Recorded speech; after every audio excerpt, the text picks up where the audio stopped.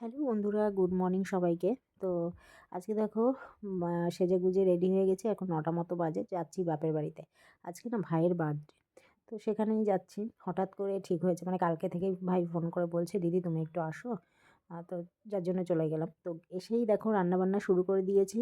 আর সমস্ত কিছু রান্না করেছি। দুপুরবেলা ভাইকে একটু সাজিয়ে গুছিয়ে খেতে দেবো তার জন্য। আর এদিকে হচ্ছে রাতের রান্নার জন্য সব কিছু তোড়জোড় চলছে।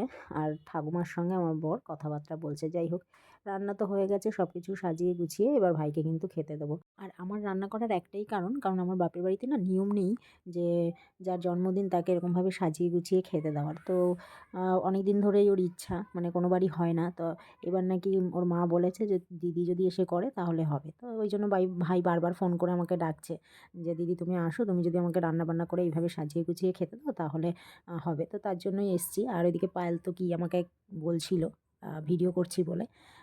যাই হোক, সবাই মিলে একসঙ্গে খাওয়া দাওয়া শুরু করে দিয়েছে।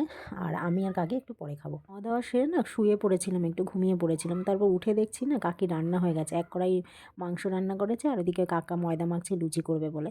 আর এখন কিন্তু কেক কাটা হবে। Happy birthday to you, dear Nikita. Happy birthday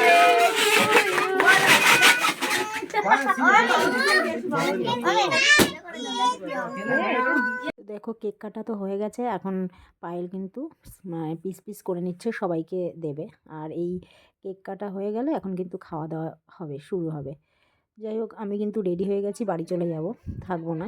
তো আমাদের খাওয়া দাওয়া, মানে আমি খাইনি, আমি পার্সেল নিয়ে বাড়ি চলে যাচ্ছি। এই লুচি তরকারি সব নিয়ে বাড়ি চলে যাচ্ছি। সবাইকে টাটা আজকের মতো।